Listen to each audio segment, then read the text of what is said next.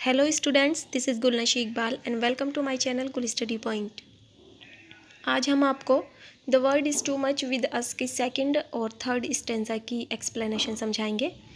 इससे पिछली वीडियो में मैं आपको इसके फर्स्ट स्टेंजा की एक्सप्लेनेशन समझा चुकी हूँ, तो ये वीडियो आप लोगों के लिए बहुत हेल्पफुल होने वाली है, इसलिए वीडियो को पूरा देखें। वीडियो पसंद आए तो वीडियो को लाइक और शेयर करें और चैनल को सब्सक्राइब करें और बेल आइकन को प्रेस करें ताकि आपको वीडियो के नोटिफिकेशंस मिलते रहें। This sea that bears her bosom to the moon, the winds that will be howling at all hours, and are up gathered now like sleeping flowers. For this, for everything, we are out of tune, it moves us not. This sea का मतलब है this beautiful सी, यानी कि यह सुंदर सागर। Bears means होता है खोलता है, ओपन्स। हर बॉसम अपनी भुजाएं या अपना हृदय। टू द मून चंद्रमा के प्रकाश में, यह सुंदर समुद्र चंद्रमा के प्रकाश में अपना हृदय खोलता है या अपने छाती को खोलता है, अपना वक्षस्थल चांद के लिए खोल देता है। The winds that will be हाउलिंग at all hours, the winds हवाएं, दैट विल बी हाउलिंग जो साए साए करते हुए चलती थीं, एट ऑल आवर्स हर समय, and are up gathered now like sleeping flowers, लेकिन अब गैदर्ड रुक गई हैं या शांत हो गई हैं, लाइक स्लीपिंग फ्लावर्स सोए हुए फूलों के समान। जो हवाएं साए साए करते हुए चलती थीं वो अब सोए हुए फूलों के समान शांत हो गई हैं। For this for everything we are out of tune. For this for everything, क्योंकि अब ये हमारे लिए, we are out of tune, ये अनुपयुक्त है, अनफिट है। इट यहाँ पर आया है नेचर के लिए, ब्यूटी ऑफ नेचर के लिए, यानी कि प्रकृति की सुंदरता के लिए। मूव्स अस नॉट, अब प्रकृति की सुंदरता, मूव्स मीन्स यहाँ का मूव्स का मतलब है प्रभावित करना, अफेक्ट्स करना, लेकिन अब प्रकृति की सुंदरता हमको प्रभावित नहीं करती है।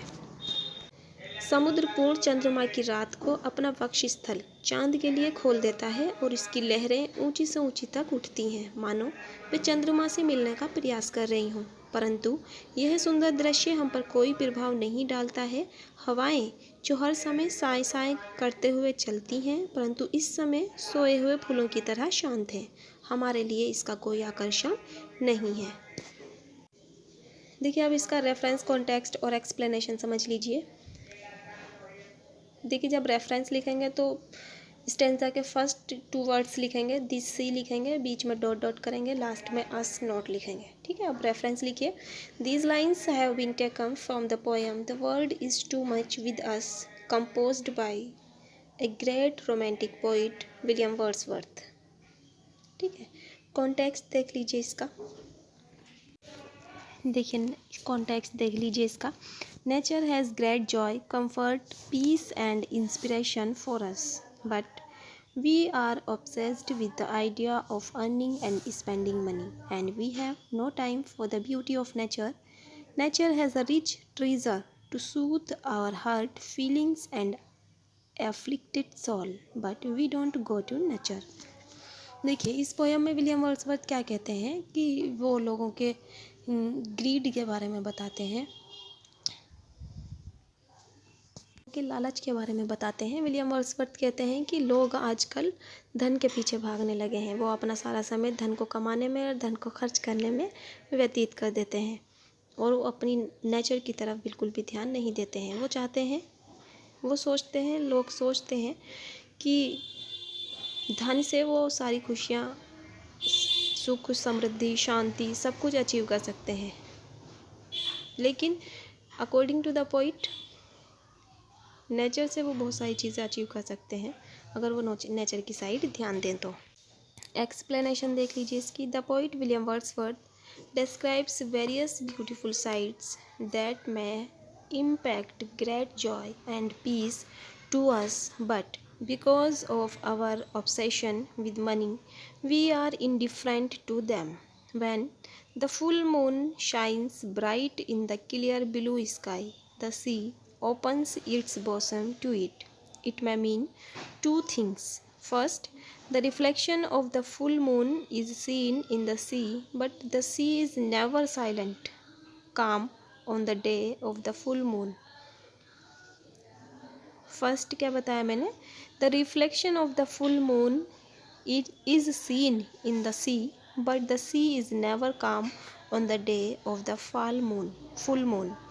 It means that waves of the sea rise high to embrace the full moon. Secondly, it's a beautiful sight, but we never pay any attention to this beautiful sight. We never go to sea to enjoy the beauty of the sea on this full moon night. We are indifferent to this beautiful sight. Similarly, the winds blow all the time, making an yelling sound, and then they become calm like flowers. But all these beautiful sights don't evoke our interest in nature. We remain busy in earning and spending wealth. It's a sign of degradation. Nature can give us mental peace, bodily health, and cheerfulness, but we don't go to it. देखिए, ये जो poem है the world is too much with अस, ये William Wordsworth की poem है। इसको 1802 में लिखा गया और 1807 में ये पब्लिश्ड की गई। ये विलियम वर्ड्सवर्थ की एक सोनेट है। विलियम वर्ड्सवर्थ एक नेचर पोइट थे, एक रोमांटिक पोइट थे। तो इसका एक्सप्लेनेशन और कॉन्टेक्स्ट देख लीजिए। प्रकृति में हमारे लिए शांति, सुख, प्रेरणा इत्यादि सभी कुछ हैं, परंतु हम अपना अधिकतर समय धन अर्जित करने एवं खर्च करने में व्यतीत करते हैं। प्रकृति की सुंदरता का आनंद लेने के लिए हमारे पास कोई समय नहीं है। प्रकृति के पास हमारी आहत भावनाओं एवं पीड़ित आत्मा को सुख शांति प्रदान करने के लिए विस्तृत खजाना है, परंतु हम उस तरफ आकर्षित ही नहीं होते हैं। एक्सप्लेनेशन। कवि विभिन्न सुंदर दृश्यों का वर्णन करते हैं और हमें महान शांति एवं हर्ष प्रदान कर सकते हैं, परंतु हम अत्यधिक भौतिकवादी होने के कारण प्रकृति के इन सुंदर दृश्यों की तरफ ध्यान ही नहीं देते हैं। जब पूर्ण चंद्रमा साफ नीले आकाश में चमकता है तो समुद्र अपना वक्ष स्थल इसके लिए खोल देता है। इसके दो अर्थ हो सकते हैं। एक तो ये कि पूर्ण चंद्रमा का प्रतिबिंब शांत सागर में स्पष्ट दिखाई देता है, और दूसरा ये कि चंद्रमा के सौंदर्य से प्रभावित होकर समुद्र की लहरें उनसे मिलने की इच्छा करती हैं। यह एक सुंदर दृश्य है, परंतु हम इस तरफ कोई ध्यान नहीं देते हैं। हम इस सुंदर दृश्य के प्रति विमुख रहते हैं। इसी प्रकार दिन भर हवाएं साए साए चलती हैं और फिर फूलों की तरह शांत हो जाती हैं, परंतु वे भी प्रकृति के प्रति हमारी रुचि को नहीं जागृत करती हैं। स्टेंजा फर्स्ट की एक्सप्लेनेशन। अब स्टेंजा सेकंड की एक्सप्लेनेशन देख लीजिए। Great God, I had rather be a pagan suckled in the creed है ये outworn, so might I standing on this pleasant lee have glimpses that would make me less forlorn, have sight of Proteus rising from the sea, or hear old Triton blow his wreathed horn. Great God का मतलब है यहाँ पर है ईश्वर या है भगवान।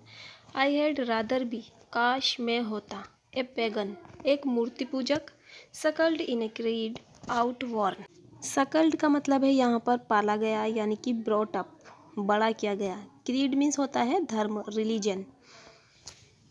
कवि विलियम वर्ड्सवर्थ कहते हैं, हे ईश्वर, काश मैं देवी देवताओं की उपस्थिति में आस्था रखने वाले उस पुरातन प्रकृति पूजा वाले धर्म का अनुयायी होता जो अब समाप्त हो गया है। So might I standing on this lea have glimpses that would make me less forlorn. So might, जिससे कि I standing on this pleasant lea, मैं इस सुंदर घास के मैदान में खड़ा होकर, हैव ग्लिम्सेस, दर्शन कर सकता। ग्लिम्सेस मिस होती हैं झलक या दर्शन। That would make me less forlorn, जो मुझे फॉरलॉर्न मिस होता है अकेला या एकांत। यानी कि घास के मैदान में खड़ा होकर कवि कहते हैं कि मैं अधिक एकाकी महसूस ना करता जैसा कि मैं अब करता हूँ। Have sight of Proteus rising from the sea. मैं साइट मीन्स दृश्य या झलक देखता या दर्शन करता हूँ ऑफ प्रोटियस। प्रोटियस एक सी गॉड है। राइजिंग फ्रॉम द सी, मैं प्रोटियस को समुद्र से निकलते हुए देखता। और here old Triton below his red born, और हियर सुनता ओल्ड ट्राइटन्स बिलो। ट्राइटन भी एक सी गॉड है और ट्राइटन को समुद्र को शांत करने के लिए बजाए गए शंख की ध्वनि को सुन पाता। देखिए, कवि विलियम वर्ड्सवर्थ कहते हैं, हे ईश्वर, काश मैं उस पुरातन प्रकृति पूजा वाले धर्म का अनुयायी होता जो अब समाप्त हो गया है, जिससे कि हम इस सुंदर घास के मैदान में खड़े होकर मैं अपनी यहाँ किसी देवी या देवताओं की उपस्थिति का आभास कर पाता और खुद को इतना अधिक एकाकी महसूस न करता जितना कि अब करता हूँ। प्राकृतिक पूजक होने पर मैं समुद्र के किनारे पर खड़ा होकर दोपहर को प्रोटियस को जल से निकलते हुए देखता और तूफानी समुद्र को शांत करने के लिए ट्राइटन द्वारा बजाए गए शंख की ध्वनि को भी सुन पाता। इसका रेफरेंस मैंने अभी आपको लिखवाया है, एक बार और सुन लें। These lines have been taken from the famous sonnet of Wordsworth, the world is too much with us, composed bye.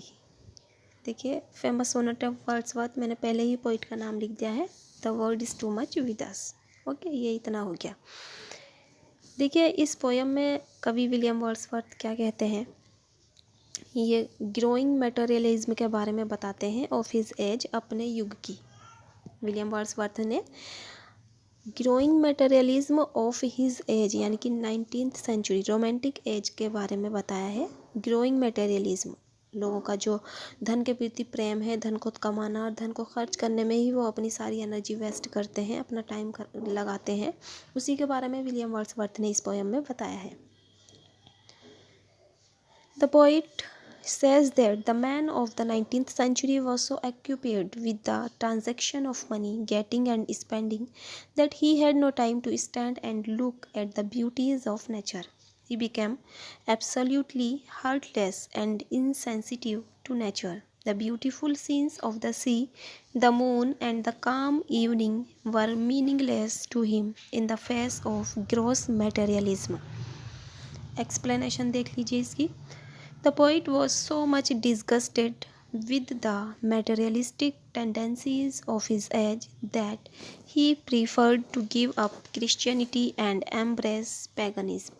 He thought it better to revert to Greek paganism with its worship to nature and belief in gods and goddesses than to continue to pay lip service to the sort of Christian people professed in his age. The conversion of the poet into heathenism would have its own advantage for him. It would make him able to see nature inhabited by gods like Proteus and Triton. It would help him in establishing spiritual communion with nature. He would then not feel lonely. देखिए, कवि William Wordsworth कहते हैं कि 19वीं सदी का व्यक्ति धन को कमाने व खर्च करने में इतना लुप्त हो गया है कि उसे प्राकृतिक सुंदरता की तरफ देखने का समय ही नहीं रहा है।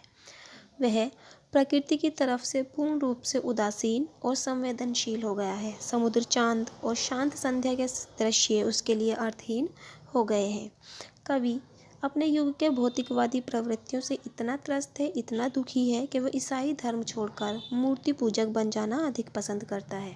वह कहता है कि वह प्राचीन ग्रीक धर्म की तरफ लौट जाए, जिससे अनुयायी विभिन्न देवी देवताओं में विश्वास करते थे। यह धर्म परिवर्तन कवि के खुद के लाभ के लिए होगा। वह इस अवस्था में प्रकृति में वास करने वाले विभिन्न देवताओं जैसे प्रोटियस और ट्राइटन इत्यादि को देख सकेगा और प्रकृति के साथ अपना संबंध स्थापित कर लेगा और इस अवस्था में वह अकेलापन महसूस नहीं करेगा।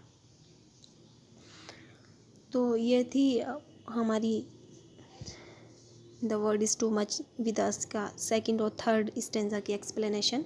आई होप वीडियो आपको पसंद आई होगी। इसकी फर्स्ट स्टेंजा की एक्सप्लेनेशन मैंने अपनी पिछली वीडियो में अपलोड की है।